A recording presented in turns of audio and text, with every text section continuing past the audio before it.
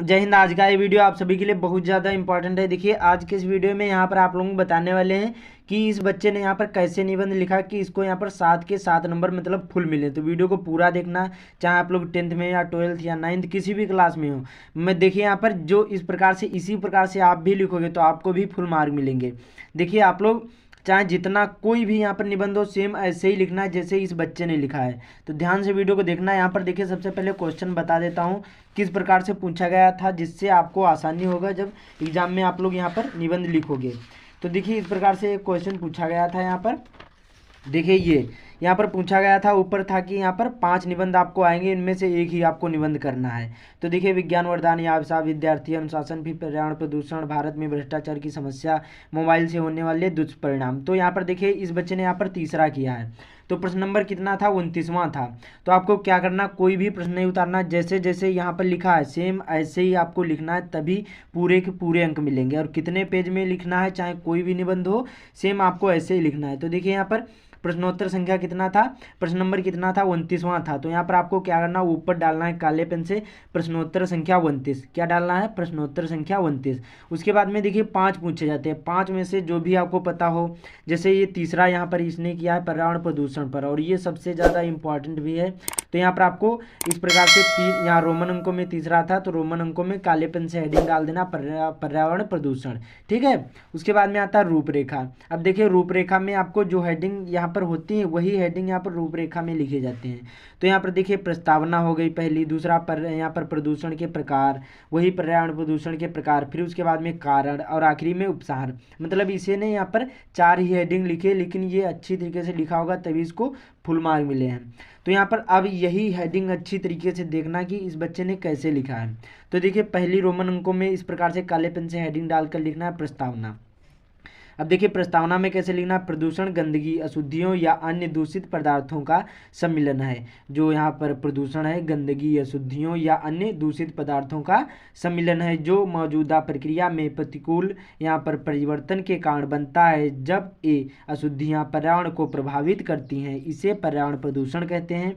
जो देखिए चाहे कोई भी यहाँ पर अशुद्धियाँ हों, जो यहाँ पर ये अशुद्धियाँ जो होती हैं प्रतिकूल परिवर्तन के कारण जो बनता है, ये अशुद्धियाँ जो पर्यावरण को प्रभावित करती है, इसी को हम क्या बोलते हैं? पर्यावरण प्रदूषण बोलते हैं। वे पदार्थ जो प्रदूषण में योगदान करते हैं प्रदूषक कहलाते हैं। जैसे यहाँ पर जैसे वायु प्रदूषण हो गया, मृदा प्रदूषण और जल प्रदूषण पर्यावरण प्रदूषण के योगदान करता है। तो इस प्रकार से आपको प्रस्तावना में लिखना है, ज़्यादा बड़ा भी नहीं लिखना है। उसके बाद में आता है यहाँ पर प्रदूषण के प्रकार, दूसरी हेडिंग यहाँ पर लिखना है प्रदूषण के प्रकार का प्रभाव, काले पेन से यहाँ पर डाल देना है। तो इसमें कैसे लिखना है और इस बच्चे ने कैसे लिखा है, प्रदूषण का हर प्राणी पर यहाँ पर नकारात्मक और खतरनाक प्रभाव पड़ता है। यहाँ पर प्रदूषित वातावरण मानव स्वास्थ्य को विभिन्न तरीकों से नुकसान पहुँचाता है। पर्यावरण प्रदूषण की बढ़ती दर के कारण मनुष्य विभिन्न रोगों के का शिकार हो सकता है। इसके कारण कई जीवों का जीवन गंभीर खतरे में है।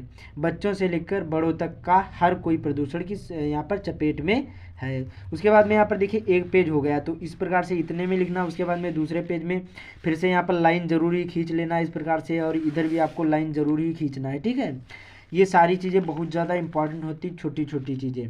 उसके बाद में इसी में लिखना है प्रदूषण के प्रभाव में बढ़ती दर के कारण क्या मनुष्य विभिन्न रोग का यहाँ पर शिकार हो सकता है। तो उसके बाद में इसके कारण कई जीवों का जीवन गंभीर खतरे में है। उसके बाद में आगे लिखना इसी में है प्रदूषण के कारण क्या है, यहाँ पर हवा पीली हो रही है और पानी काला हो रहा है। प्रदूषण की बढ़ती गति पारिस्थितिक जो पारिस्थितिक तंत्र क्या है के संतुलन को बिगाड़ देती है। और उसके बाद में इसी में लिखना है अन्य जीव जैसे यहाँ पर जलीय प्रजातियाँ, पेड़ पौधे, अन्य जीव यहाँ पर जैसे जलीय प्रजातियाँ बहुत सारी हो सकती हैं, जैसे यहाँ पर मछली हो गई या फिर यहाँ पर मगरमच्छ हो गए, कोई भी यहाँ पर जलीय जीव जितने हैं, या फिर कोई अन्य प्रजातियाँ, पौधे, नीम हो, चाहे यहाँ पर कोई भी यहाँ पर पेड़ पौधे हो, और वन्य जीव जैसे यहाँ पर शेर, चीता, बाघ, ये सभी चीज़ें क्या खतरे में हैं।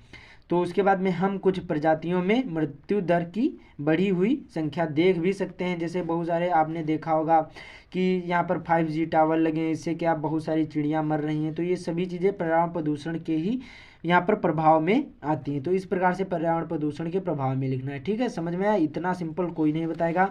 उसके बाद में तीसरा यहाँ पर हेडिंग डालना है प्रदूषण के कारण, जो पर्यावरण प्रदूषण होता है ये किस कारण होता है। तो देखिए बढ़ती आबादी के कारण जंगलों की कटाई होना। देखिए बढ़ती आबादी, जनसंख्या जिससे बढ़ रही है, इससे क्या है, जो जंगलों की कटाई होना, शहरीकरण होना जंगलों में, इससे क्या है, जब पेड़ पौधे कटेंगे उसके बाद में बहुत सारा क्या है, हमारा जो वातावरण होगा प्रदूषित होगा, उसी से पर्यावरण प्रदूषण होता है। यही कारण होता है सबसे ज़्यादा मेन, यही कारण। उसके बाद में कीटनाशकों का बढ़ता उपयोग। आपने देखा होगा कि खेतों में या फिर कहीं हमेशा कीटनाशकों का प्रयोग किया जाता है। इससे क्या है, जो यहाँ पर जीव होते हैं वो बहुत ज़्यादा मर रहे हैं और इससे भी प्रदूषण फैलता है। उसके बाद में कारखानों और घरों में बेकार उत्पादों को खुले स्थानों में रखा जाना। अब जैसे कुछ गलत हो जाए तो एक बार काटना, ज़्यादा उसको हाईलाइट नहीं करना, ये भी ध्यान रखना है।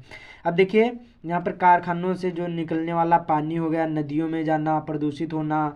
उसके बाद में यहाँ पर देखिए घरों में जो कचरा होता है उसको खुले में रखना, उससे वायु प्रदूषण होना। तो ये सभी कारण, यही कारण होते हैं। उसके बाद में और जलाया जाना, और जो कचरा होता है या जो कारखानों से निकलने वाला जो यहाँ पर कचरा होता है, घर का कचरा, ये सभी क्या है, जलाया जाना। इससे क्या है, प्रदूषण सबसे ज़्यादा हवा में फैलता है और इससे बहुत सारी बीमारियां भी उत्पन्न होती है। उसके बाद में आता है उपसंहार।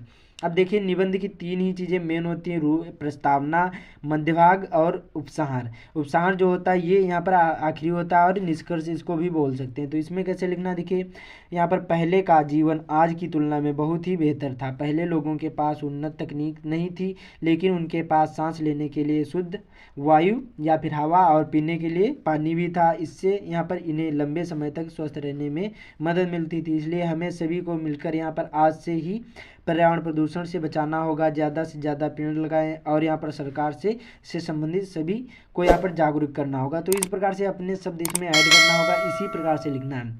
देखिए चाहे आप लोग 10th में या 12th में किसी भी क्लास में हो, आप लोग ये 2 पेज लिख लेंगे, अच्छी तरीके से आपको फुल मार्क मिलेंगे। तो इसी प्रकार से लिखना है जैसे मैंने बताया, इतना सिंपल कोई नहीं बताएगा। मेन चीज़ देखिए यहाँ पर प्रश्नोत्तर संख्या ऐसे डाल देना, फिर जो भी हो, जो भी करोगे, पर्यावरण प्रदूषण हो, कोई भी हो, ऐसे हेडिंग डालकर लिखना। उसके बाद में रूपरेखा में जो हेडिंग होती है वही लिखना। सबसे पहले प्रस्तावना जरूरी लिखना है, हेडिंग वाइज लिखना, तभी अच्छे मार्क मिलेंगे। प्रस्तावना हो गया, पर्यावरण प्रदूषण के प्रभाव हो गया, फिर प्रदूषण के कारण और उपसंहार। तो आपको 2 पेज से यहाँ पर ज़्यादा नहीं लिखना, इतने ही लिखना है, पूरे के पूरे अंक मिलेंगे। तो उम्मीद करता हूँ आप लोगों को समझ में आ गया होगा। तो इस वीडियो को ज़्यादा से ज़्यादा शेयर कर देना। बाकी चैनल पर पहली बार आए, चैनल को सब्सक्राइब भी कर लेना। तो मिलते हैं अगले वीडियो में।